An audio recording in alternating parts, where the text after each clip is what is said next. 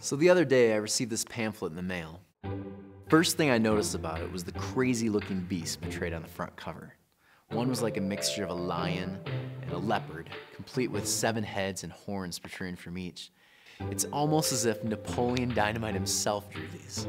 There's this equally terrifying bear, and then there's this bloodthirsty red dragon, and under it, it says, "Hope, a study in Revelation."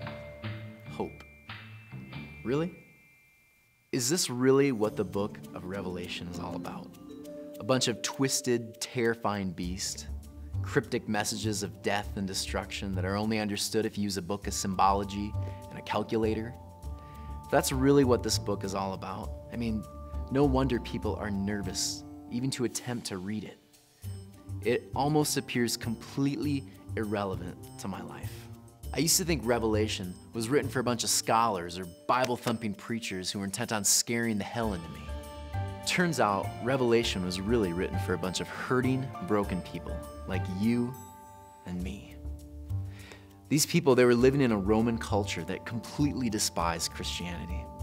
These people were at the end of their ropes, and their communities of faith, their churches, they were beginning to unravel from all of the pressures in and outside. They were in constant disagreements over worship, doctrine, lifestyle. They were constantly being persecuted for their belief in Christ. Sound familiar? And in the midst of all of this, there's John, the author. John, the writer of Revelation, was probably dealing with some of the severest persecutions of the day. He was taken to the island of Patmos, which was this small rocky island where prisoners of the worst offenses were sent. It would have been similar to like a modern-day Alcatraz, and it was totally surrounded by the sea. There was absolutely no escape. So it's no wonder that John writes over and over again that he can't wait until there is no more sea. It's almost like he's saying, someday there will be nothing that separates you and me from God ever again.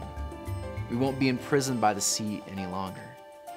So in the middle of all of this persecution, when so many of John's closest friends are just crying out for deliverance, John writes a letter. And he starts this letter to these hurting, broken people by first stating this: this is a revealing of Jesus Christ. He uses language that reminds the readers that Jesus has been present in the past and the future and the present. He writes, "I'm the Alpha and the Omega, the beginning and the end. He was and is and will continue to be with you." So I met an individual this past year who was broken and hurting so much, she was prepared to end her life. She'd been abused by her father, both physically and sexually.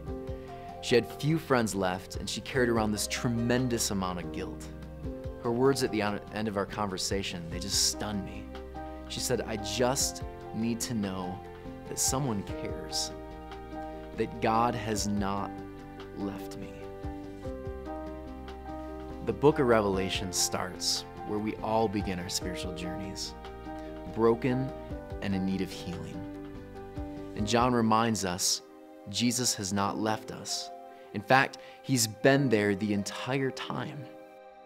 Now, in the rest of John's letter, this vision that he's given, Jesus proves to his people of that time and to us that he is still very present in our lives.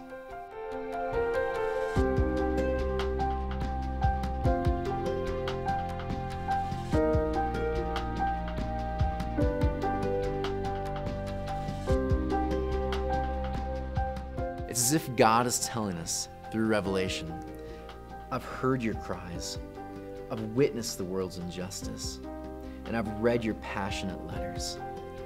Now watch as I respond.